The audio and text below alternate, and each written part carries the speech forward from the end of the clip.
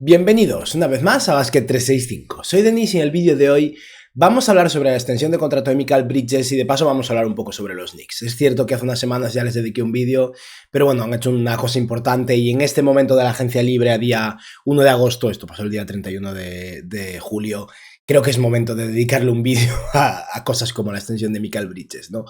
Y bueno, por supuesto, si estáis aquí me imagino que es porque os interesa la NBA, así que os animo a que os suscribáis, dadle like al vídeo que se agradece un montón y comentadme debajo lo que opinéis y nada, vamos a empezar hablando del caso de Mikal Bridges, de mi opinión sobre la extensión, de cómo va a afectar esto al equipo y luego hablaremos del equipo más a grandes rasgos. Empezamos entonces por hablar de Mikal Bridges. Bridges es un jugador de 28 años, que por cierto el 30 de agosto en menos de un mes cumple 29 años, por lo que esta extensión sí que lo llevará hacia una etapa en la que tal vez haya un pequeño declive, pero bueno, ya se verá, tampoco es súper mayor, ¿no? Pero bueno, Bridges es un jugador de 28 años que esta temporada con los New York Knicks, aparte de jugar 82 partidos como ha hecho todas las temporadas de su carrera, Mikal Bridges aún no se ha perdido un solo partido en la NBA, ha promediado o viene de promediar 37 minutos de juego con 17,6 puntos, 3,2 rebotes, 3,7 asistencias, 5,6 triples intentados, un 50% de acierto en sus tiros de campo y un 35% en triples. Esperemos que Bridges para empezar vea reducida la carga de minutos la próxima temporada con Mike Brown como entrenador de los Knicks porque me preocupa. Es maravilloso que sea un hombre de acero, que no se pierda un solo partido y que siga siendo así, pero no contribuye a que siga siendo así el hecho de que juegue 37 minutos por partido. Además, el hecho de que no se pierda partidos quiere decir que tiene más minutos acumulados en su cuerpo que la mayoría. O sea que eso. Hay veces que un jugador de este estilo cuando se rompe se empieza a romper de verdad, así que por favor espero que le alivien los minutos. Dicho esto, Mikal Bridges llegó hace aproximadamente un año, fue un intercambio a la noche del draft, o sea hace poco más de un año, a los New York Knicks a cambio de un montón de picks en un intercambio en el que los Knicks sobrepagaron por él, eso no sé, es así, puedes considerar si más o menos, pero sobrepagaron por él.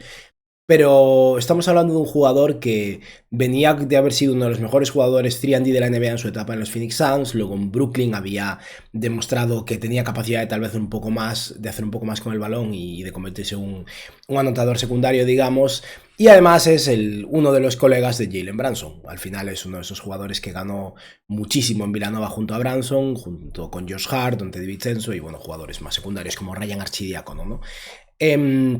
Y debido a esto lo intercambiaron por él los Knicks, lo adquirieron, es un jugador que además es un perfil defensivo en el ala 3&D que encaja muy bien junto a Jalen Brunson, posteriormente junto a Karl Anthony Towns, que aún no existía en ese momento, aún no formaba parte de los Knicks, y además junto con OG Anunoby se complementa muy bien, ¿no? La idea sobre el papel era muy interesante, aun si el precio era elevado, y además gracias a la llegada de Mikal Bridges, Jalen Brunson extendió por menos dinero para asegurarse luego la continuidad de su compañero, y eso acaba de pasar.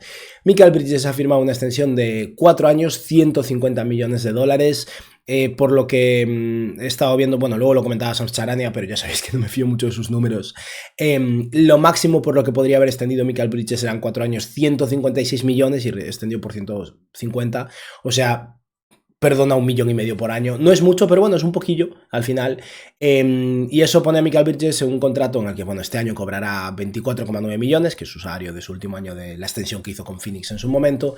Y tras eso pasará a cobrar una media de 37,5 millones de dólares. Habrá que ver cómo está estructurado el contrato. Yo me imagino que será un contrato ascendente sin más. Tampoco es que puedan hacerlo ascendente porque si no llegaría al máximo y luego no les daría para bajar por la forma, bueno, por el hecho de que su salario solo puede subir un 140%, ¿no?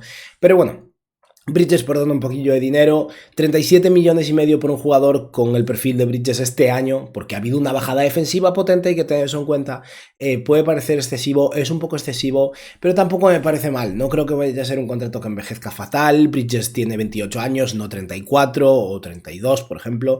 Y bueno, son esos 4 años de contrato, el último año es opción del jugador, y con esto los Knicks se aseguran pues 4 años asegurados de Mikal Bridges, el contrato actual y los 3 primeros del siguiente, y luego hay una opción del jugador. Sobre Bridges, la fama de jugador 3&D que tenía tiene que ir quedando un poco atrás, porque es cierto que es un jugador capaz de hacer más con el balón, un jugador que creo que va a tirar muchísimo mejor de 3 la próxima temporada. En mi opinión, este ha sido un año de adaptación y un año en el que le costó un poco, pero confío plenamente en la capacidad de tiro de 3 de Mikal Bridges.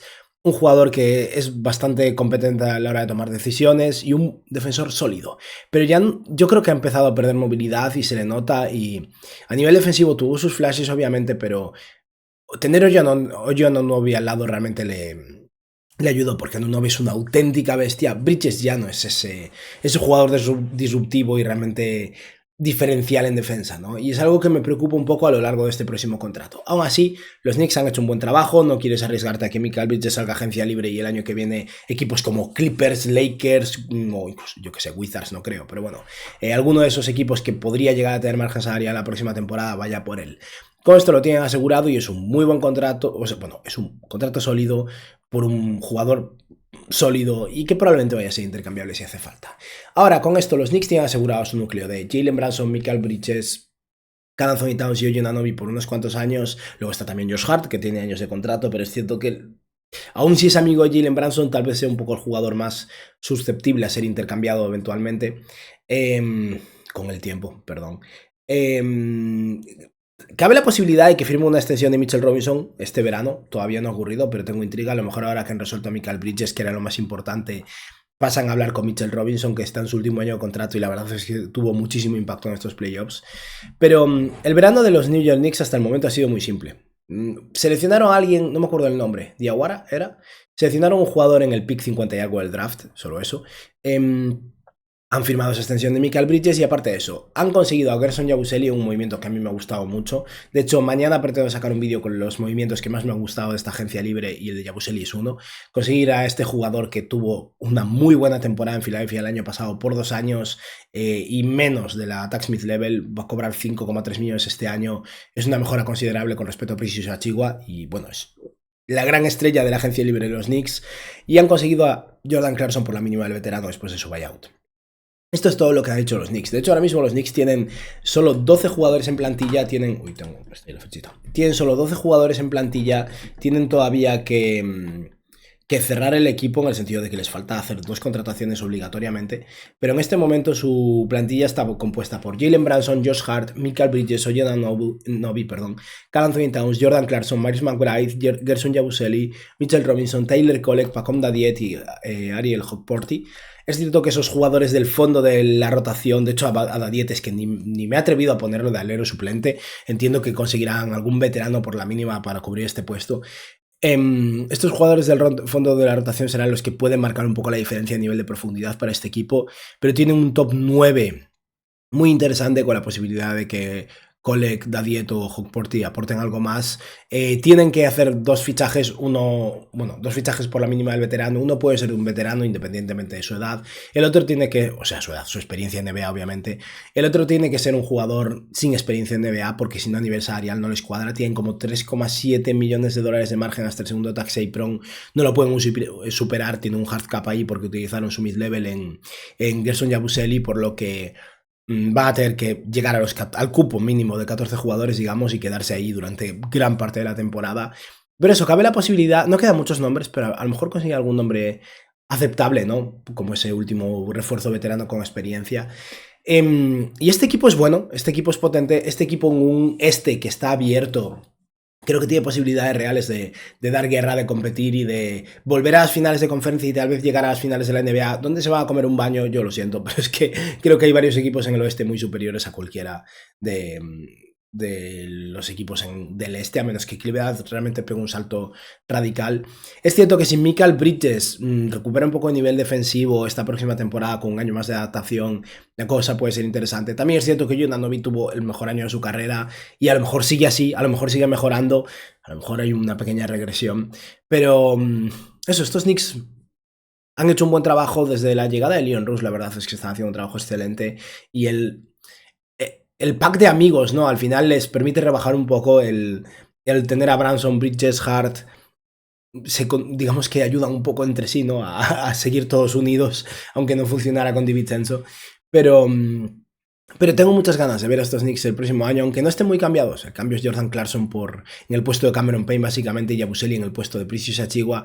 Pero al mismo tiempo es un equipo que, con un poco más de continuidad y con el talento que tienen y con un entrenador en Mike Brown, que no me encanta, pero que desde luego va a ser más creativo que Tom Thibodeau, creo que va a ser un equipo que quede bastante guerra, la verdad. Vamos a ver qué tal, a ver si realmente consiguen dominar en la conferencia como deberían hacer junto con los Caps. Y nada, con esto hemos acabado, vamos a responder una... Bueno, en este caso vamos a comentar un comentario más bien, o leer un comentario porque me ha gustado y quería hablar de esto. Y con eso acabamos. Y este va sobre mi vídeo ayer de los Sacramento Kings. Por cierto, alguna persona dijo que el vídeo los hizo pensar que a lo mejor había cambiado a Sabonis por Kuminga. Lo siento, no era mi intención. Simplemente tenía una foto de Sabonis en la que parece que está llorando y me parecía muy acorde y quise ponerla. Y como Kuminga al final es un poco el objetivo de los Kings, también puse a Kuminga. Mi lógica no era en absoluto hacer clickbait. Lo siento para quien pudiera verse afectado, ¿no? De verdad, no era mi intención. Y bueno, este es un comentario de Poitino que básicamente habla un poco del propietario de los Kings y creo que es interesante leerlo. Para que la gente entienda lo del propietario, Vivek Ranadive es un dueño que cuando compró la franquicia planteó al entrenador de forma real que defendieran con 4 y quedasen con 1 a modo palomero. O sea, un 4+0, ¿no? A nivel defensivo. También fue el que decidió en la noche de lotería escoger a Nick Stauskas. Sí, eso fue icónico, aparte está grabado y publicado y todo el vídeo. Pensaba que podía ser Curry y ya que había sido propietario minoritario de los Warriors. Es cierto que Ranadivek creo que tenía un 10% de los Warriors en su momento, algo así, y tuvo que vender ese porcentaje para tener suficiente dinero para comprarse los Kings. Aparte de que ahora que lo pienso, creo que un propietario no puede tener acciones en varios equipos. Pero bueno, eso, fue accionista minoritario de los Warriors también. Fue el quien echó a Mike Malone, fue quien echó a Mike Brown y ahora el que quería a Zach LaVine. Es un empresario indio que se asentó en la bahía de San Francisco, hizo fortuna con el tema de las tecnológicas y había sido propietario minoritario de los Warriors. Sí, básicamente por poner un poco de contexto sobre este propietario de los Kings, básicamente es un tío que está muy involucrado, que quiere... o sea, no creo que tenga mala intención, pero sus ideas son malas y su input no es positivo. Y yo siempre tengo un poco de dudas, me pasa un poco con Mark Cuban, ¿no? Estas fortunas que se hicieron con las tecnológicas de los 90, que por lo que estuve viendo con Ranadive es así, un par de empresas fundadas, una en los 90 y otra a principios de los 2000 y vendidas poco después a otras empresas. Este tipo de fortunas a mí, este tipo de personas, siempre me levanta un poco de dudas, porque obviamente tiene un mérito tremendo haber hecho esas empresas y haber ganado esa fortuna, pero si no han hecho nada nuevo en los últimos 15 años, no están metidos en nada importante, a lo mejor tienen demasiado tiempo libre para intentar ser relevantes en torno al baloncesto, ¿no? Y esa es la parte que me preocupa un poco. Como es su prioridad principal, porque va sobrado de dinero y no está haciendo ninguna otra cosa relevante, que sí que tiene alguna empresa de inversiones y tal, pero bueno, siempre me preocupa que sea demasiado importante el juguete, que es el equipo, para un propietario así, ¿no? Y esto, pues, acaba mal, como es el caso de los Sacramento Kings, en mi opinión. Y nada, ya está. Esto ha sido todo por hoy. Espero que os haya gustado el vídeo y que tengáis un buen día. Adiós.